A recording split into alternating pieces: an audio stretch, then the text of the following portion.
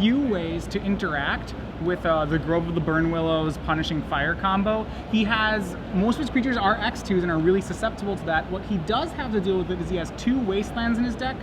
Gerry, if he's savvy here, which I'm sure he is, will be saving his Wastelands specifically to deal with Grove of the Burn Willows, as opposed to trying to mana screw his opponent.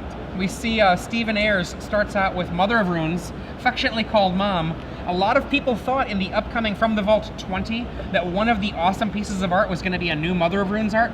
No, that's Impulse, folks, if you're watching the spoilers come out from that.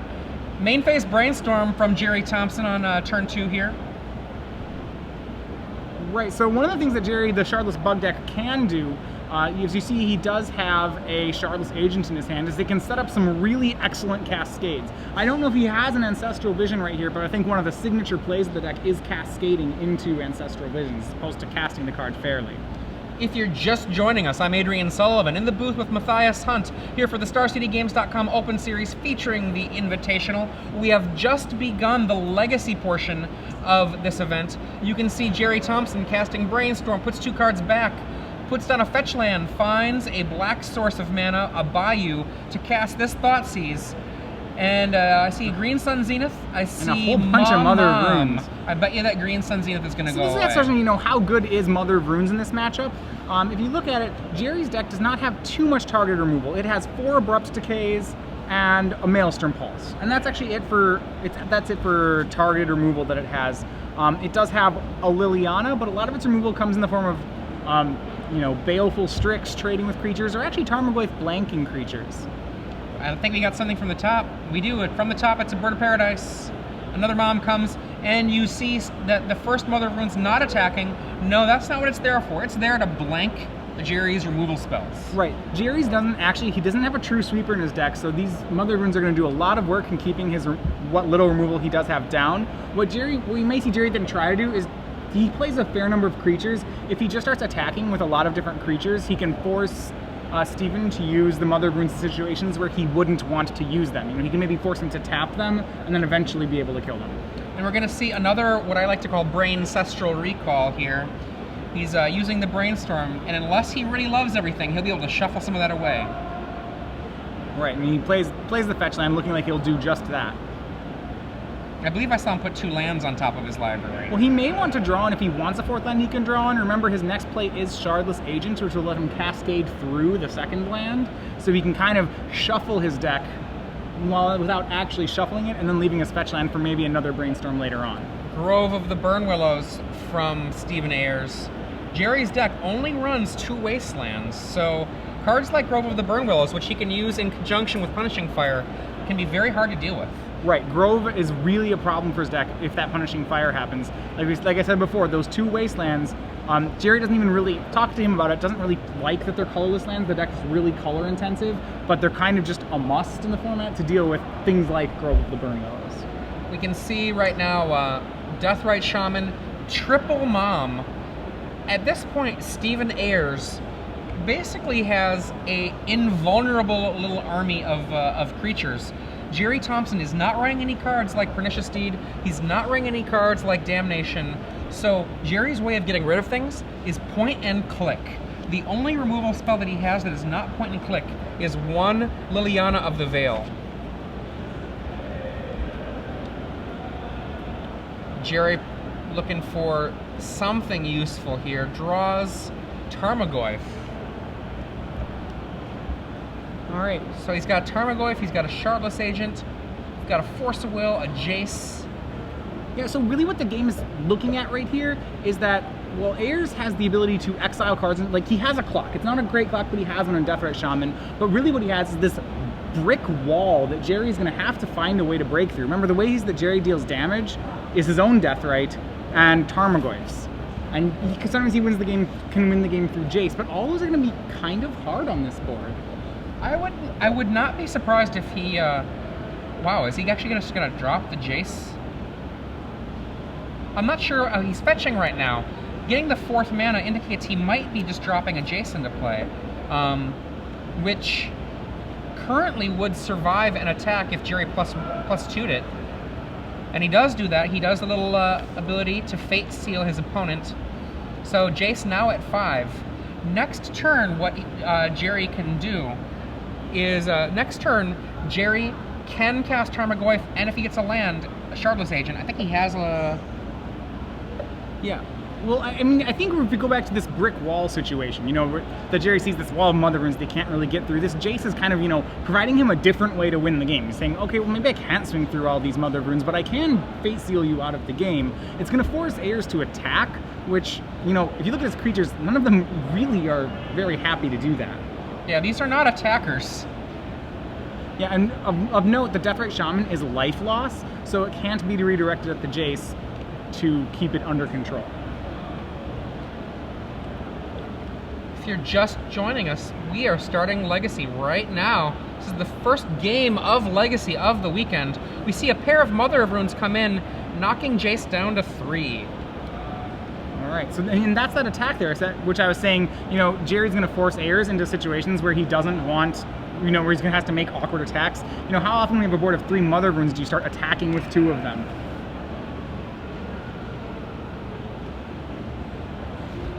So, you know, now what used to be triple protection for his creatures is now just single protection. Gerry can maybe start using kill spells to try to find a way to whittle down those creatures, especially if he plays Tarmogoyfs as blockers. You might see him really try to make a wall that Ayers can't punch through. Either way, he has another land. He has a Force of Will, which is kind of a little late to the party. He's going to go ahead and put Liliana back on top, and looks like shuffle her away, because right now all Liliana would grab is a Birds of Paradise. And we will see him go through the Liliana, actually, into Baleful Strix. And that has a triggered ability as well. So we know that the top card is Liliana of the Veil. The question is whether or not Gerry wants to draw Liliana. Liliana, not great, but not terrible either. Yep, and he decides that he does want a Liliana, though, so he's going to crack the fetch land for another duel and cast Tarmogoyf. Which means he now has this... So they both have walls. They both have walls, but so the Jace is now becoming very relevant. What Gerry has to make sure he does, I think, and one of the reasons he's Fate Sealing, is that he needs to make sure Steven does not draw Punishing Fire. That would really break open this board for Ayers. Yeah, right now, I mean, Steven is not in an exciting place. Yeah. Oh, okay. Well, the Wasteland...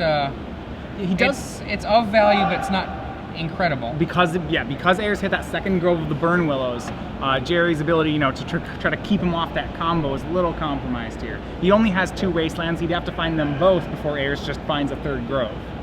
So really, what Gerry's fighting over still is that Punishing Fire. We might see a Liliana come down and start +1-ing. Right, Liliana could +1. Gerry may even just Edict with a Liliana, you know, Edict ++, Edict ++, just to gain a lot of value. All he needs to do, you know, like you said, there are 2 sets of walls on this board, and all Gerry needs to do is find some amount of value. And Gerry does the +1. Looks like he's going to discard. It's a land versus a Force of Will. Yep. Steven now, I believe, empty-handed. We see a Fate Seal from Gerry. And then Gerry empties his own hand with Deathrite Shamans. Yes. So, Force of Will being discarded, because once again, the only spell that Gerry really would need to counter would be Punishing Fire. That's like when, you know, counter spells don't do too much against that. Now, if I had to choose a seat, I would choose Gerry's seat. Well, absolutely. With the double Deathrite Shaman, he actually even has an answer to the Punishing Fire right now.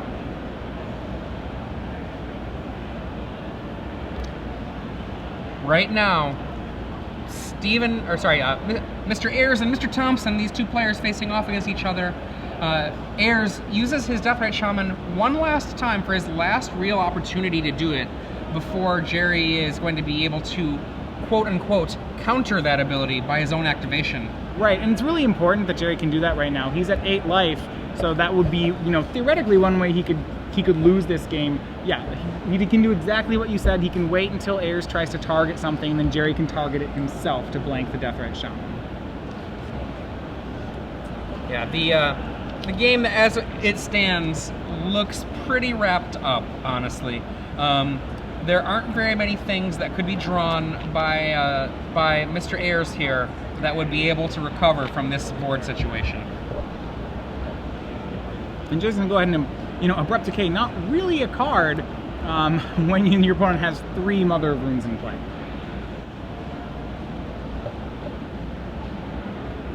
Another plus. And Steven draws the card that Gerry has let him draw.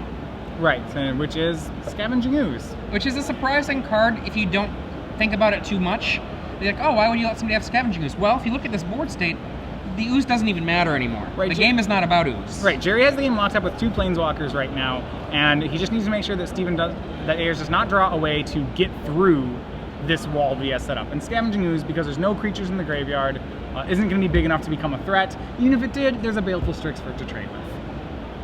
Well, potentially. There's still a lot of Mother Runes, but it's very difficult for Ayers to push enough damage through there. See another Fate Seal. What do you think about it? Put it on the bottom. Put it on the bottom. Remember, Liliana now has reached 6, so she's on an alternate as well.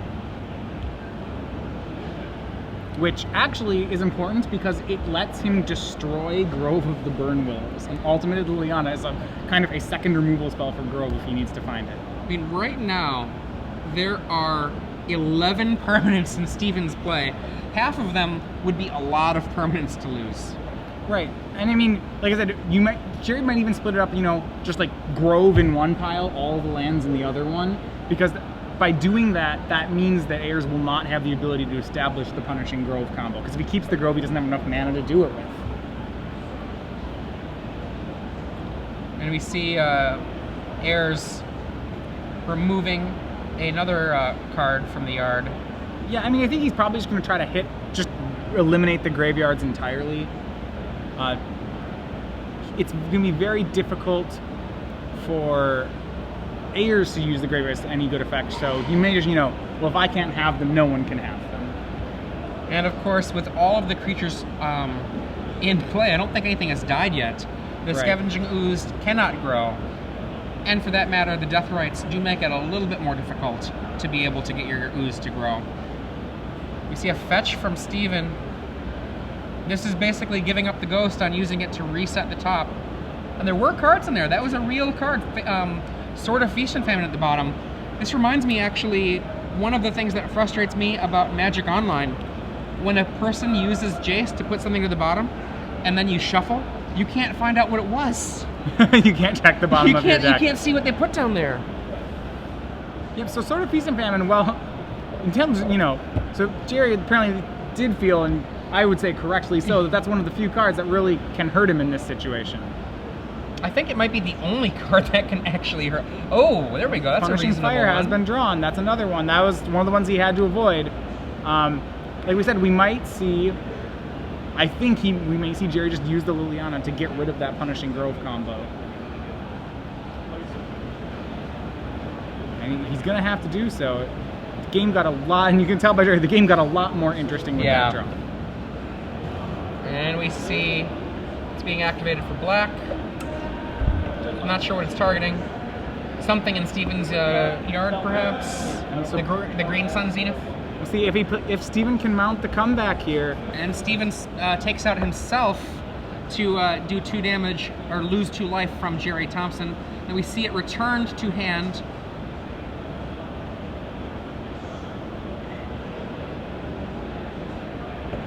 And I think we're going to see him perhaps kill the other Deathrite Shaman while...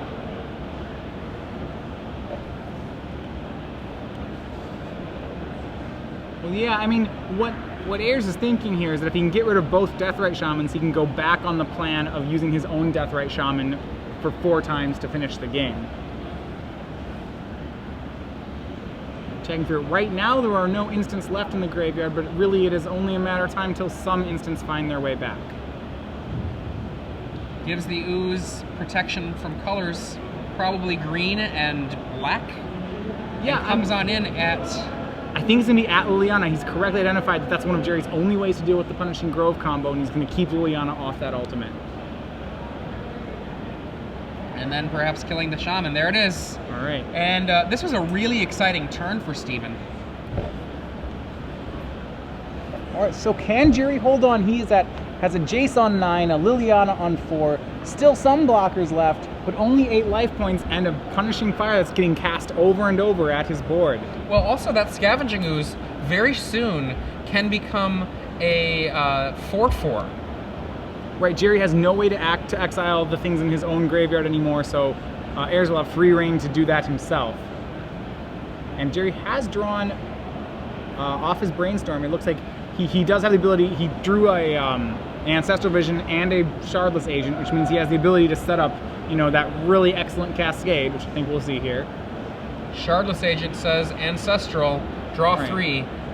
Whenever you do that, it just feels so obscene. Less fair plays. Oh my goodness. That's some magic right there. Yeah, I mean, it's excellent, but the question is it enough? Gerry, remember, he has a one-of Wasteland he can attempt to draw to. Remember, he looks like he's drawn a second copy of Ancestral Vision Shardless Agent. That's correct. Which he's going to bury the Ancestral Vision 2 deep, so that next turn he can draw a card and Shardless Agent again. Edict. And without hesitation, Ayers bins the Birds of Paradise. Wow. So he's going to go ahead and suspend an Ancestral Visions. I think he has one on top, second from the top of his deck, and the one he just suspended there. Gerry is at a virtual 6 here. The Deathrite Shaman represents 2 life lost for Gerry. Yeah, and it's almost 4. Remember, with the help of 2 Mother of Runes, Ayers can push through that Scavenging Ooze if he feels he absolutely has to. He can remove some only 1 creature in the graveyard, I think. So all he can do is make it a 3/3, but he can push 1 attack through. You can see Steven here trying to see what he can put together this turn. With a mystery card, a land. That's actually a very good draw for him right now. The reason it's a good draw is it just gives him more ability to activate his Ooze, activate the return ability of the Punishing Fire. He's going to be spending a lot of mana this turn, so a land is not a bad thing to draw. Yeah, Punishing Grove is really an excellent engine. It is a little bit of a mana-intensive engine, though. I thought this game was all over, but Steven Ayers, with the draw, I believe the 2 cards in a row, Sword of Feast and Famine, and then on top a Punishing Fire. Gerry put the Sword of Feast and Famine to the bottom, and then Ayers draws the Punishing Fire, and it's right in this. What Gerry had to hope is that he didn't have 2 relevant cards in a row, and unfortunately that did happen for him. Jace can't get around that. 2 life for Ayers. The Ooze now a 4/4. Now, the Jace this coming turn can bounce the Ooze. But remember, Mother of Runes... It can try to bounce the Mother Ooze. of Runes will say no. Right. Ayers going to go ahead and use Punishing Fire on the Baleful Strix. That will allow him to just allow protection from green to be enough to push that Scavenging Ooze through. So now he still can keep up 2 Mother of Runes to deal with the Jace and a potential removal spell that Gerry has in his hand. Remember, Shardless Agent is blue-green 1. With that attack, Gerry's now at... Looks like, I believe that 5 life is correct. Okay. Another Shardless Agent, and we know what it's going to cast. Right there, Ancestral Vision, 1, 2, 3. Land, Maelstrom Pulse. Maelstrom Pulse looks a little silly right now. Yeah, you can't. It's really hard to overload a Mother of Runes when all your removal is sorcery speed. And unfortunately, because Gerry's removal is Maelstrom Pulse, Jace the Mind Sculptor, he can't just target lots of removal spells at Scavenging Ooze. I think Gerry's dead. I think Gerry is actually dead right now. It is looking that way. He's at virtual 3 because of the Deathrite Shaman. Well, if Ayers plays this correctly, I think you're absolutely right. What Gerry's going to have to try to do is bait out these Mother of Runes activations. If he can somehow use enough removal spells on things to get Ayers to tap all his Mother of Runes, then he may be able, the coup would be if he can somehow resolve this Maelstrom Pulse on a Mother of Runes. We're going to see an attack here from some number of these things. Basically, I think he's trying to get Mother to activate. Right. He's trying to get, come on, Mother, do something. And was that a snap, take the damage? I mean, I think so. We'll check. With Gerry at 5, Ayers has to know that, Deathrite Shaman's pretty relevant. There's a lot of ways he can end this game. If you're wondering how big the Tarmogoyf is, check down to the bottom of your screen. That's a Tarmogoyf die. It is a 5/6 Tarmogoyf. All right, so they recount it and adjust it. And it looks like Ayers just took the damage. He drops to 14, which is still plenty. Jace goes for a bounce. Yeah. Well, I always think this is really interesting when you watch a player of Gerry's skill level. He's on a board situation where he should be dead. But you watch him play, he's playing toward, imaginary outs. He's like, well, he brainstorms all the ways his opponent can screw up. You know, did you edict the right creature? Nope. Okay, you're edict the wrong creature. No, you edicted the good one. And then we still show, and Gerry's like, yeah, that's it. Okay, yep, you made the right call. You get it. Wow, so that's an amazing game from Ayers there. I thought it was all over, and then like we said, we had all it took, a single punishing fire, and the deck just came right out. It's worth noting, though, that that game would not have been his if he did not have 3 Mother of Runes. If he had only 2 Mother of Runes... Did he ever use the third one? Was the third one? That's just it. The third one was protecting from the possibility of the Maelstrom Pulse at the end. Okay. Well, the thing is, even if... Right, so from the Maelstrom Pulse on all the Mother of Runes. Yeah, and then that would be it, I think. I think at that point, that Maelstrom Pulse on all of the rest of the Mother, like, having the third one just ended up being more than enough. All right.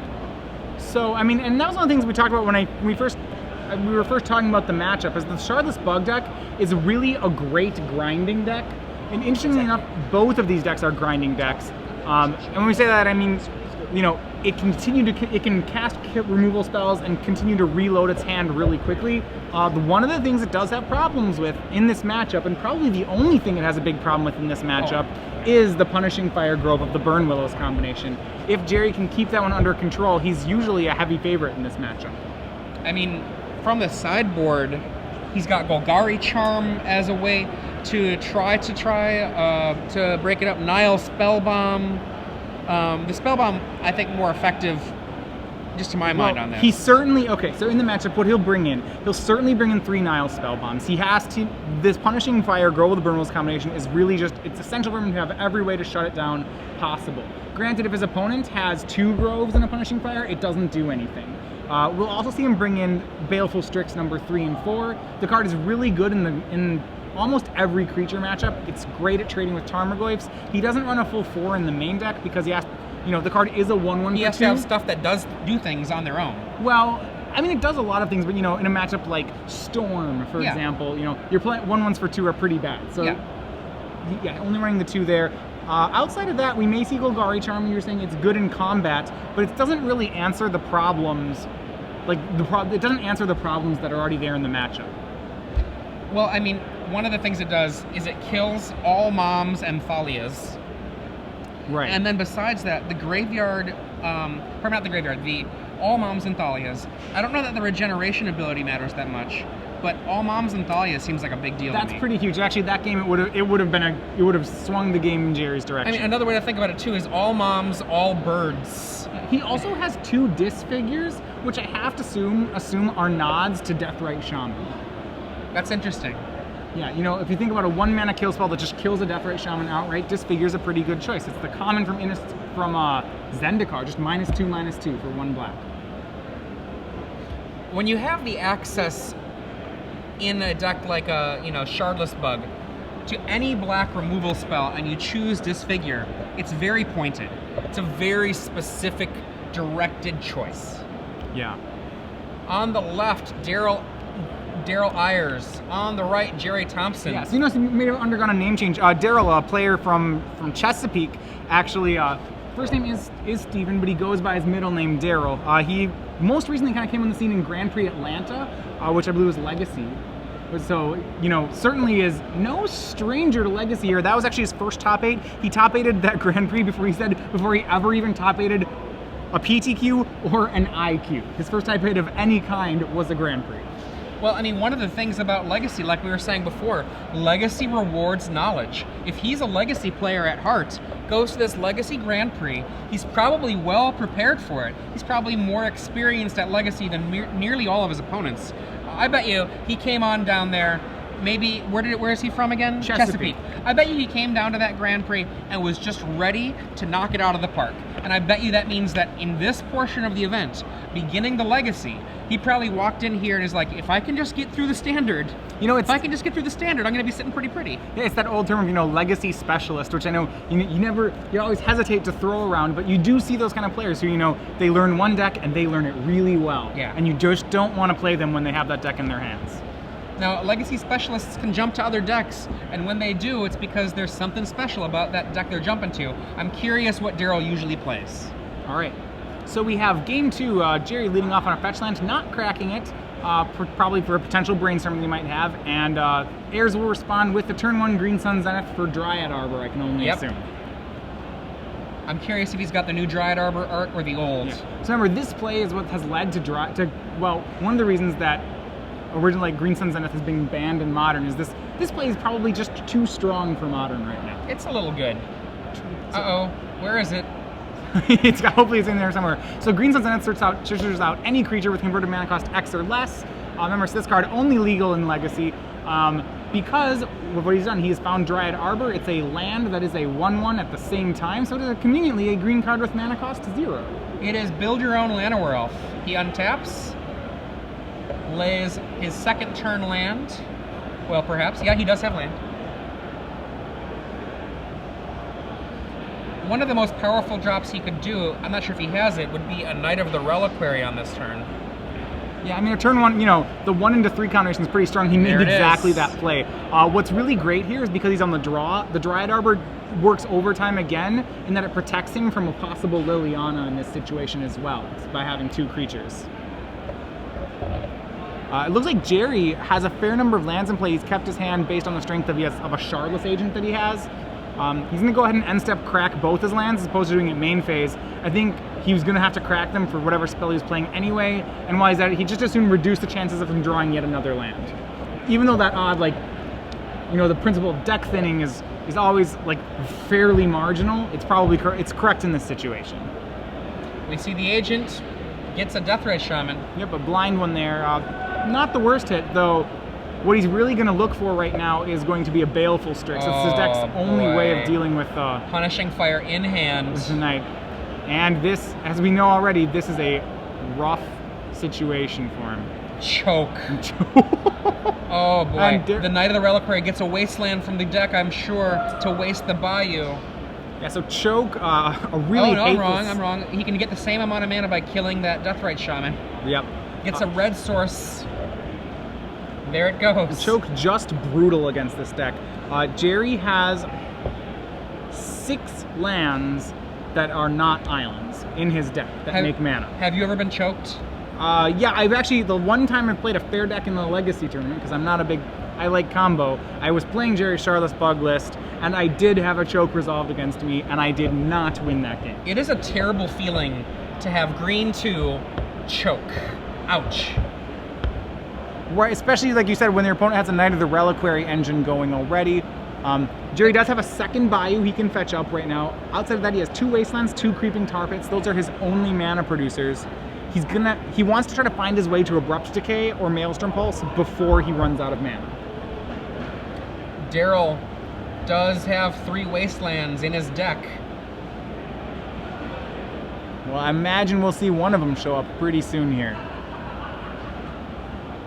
There's a mana in pool. Get rid of it. Let's find a land. Gerry's in such a rough spot right now because of this choke, but that's not even to mention the fact that Daryl has a Punishing Fire in his hand. As we saw game 1, that's also great in this matchup. Yeah. This could turn from bad to worse very quickly. One of the things that's really amazing about Shardless Bug is it's one of the most powerful, we'll call it quote-unquote fair decks. What does it do? It tries to build crazy amounts of card advantage and play very, very powerful spells. And it expects that what it's going to do is overwhelm you with cards. It's going to overwhelm you with quality and with cards. But the problem is, if you're playing against a deck like Punishing Maverick, it tries to not do the exact same thing. What it does instead is just eliminates tons of your deck from being valuable. It just says, we'll choke that. I've got moms. Let's make sure your targeted removal isn't good. I don't know. How about I Punishing Fire all of your creatures? Right, and what I like here is Daryl's just continuing to push the advantage. He's made an Elspeth Knight Errant now, which is another permanent, which is just a great value permanent that's really hard to deal with. So Gerry's gonna be searching for an answer. He has to be careful about cracking that fetch land. Once he cracks the fetch land, then whatever he gets could get wastelanded. In with the Shardless at Elspeth. Elspeth, okay, ouch, still alive. So Gerry's playing both fetch lands. He's protecting himself from Wasteland by not cracking them, and I think he's just hoping to draw Abrupt Decay or Maelstrom Pulse. We see the return of Punishing Fire. And this is, this is one of the unfair ways that Punishing Maverick grinds. When you say fair, meaning like you're paying for your spells, you're only playing your spells once. He's breaking that second rule. He's playing his spells lots of times. He goes plus. Which version of plus is he doing? Is he going to go to the air, or is he going to make a little soldier? Looks like he's deciding that he might go for the attack. Really, what Daryl's doing is locking out the board here. With Knight of the Reliquary.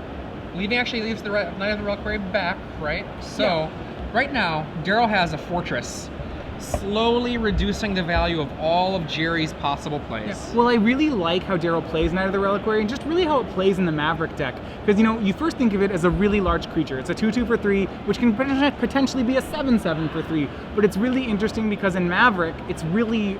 You just care about that second ability where it sacrifices land to get a land.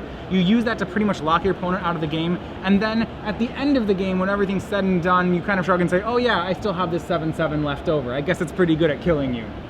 We see Gerry Thompson fetch. I believe he's going to brainstorm, look for an Abrupt Decay now. And if he finds it, it's probably be happy. If he finds it, it means he has a chance to play this game. He's got to find it now, though. Daryl's starting to put a lot of pressure on. As you see, Gerry's drops down to 14, and it does not look like Gerry drew into that. Oh, but he did find a Creeping Tar Pit. Okay. That is huge. It's huge. Not even still huge. Gets wastelanded. Wastelanded still is, yeah. Yeah, it's got to be the Abrupt Decay or Pulse for that choke. And Gerry's like, that's all she wrote. I know what the writing on the wall says. It's over. All right, well, Daryl, moving back into his preferred format of Legacy, defeats Gerry Thompson, moves to 4-1. Like we were saying before, what's Gerry's deck do? It plays good cards, and it plays lots of card advantage. It plays lots of ways to get more good cards. What does Daryl's deck do?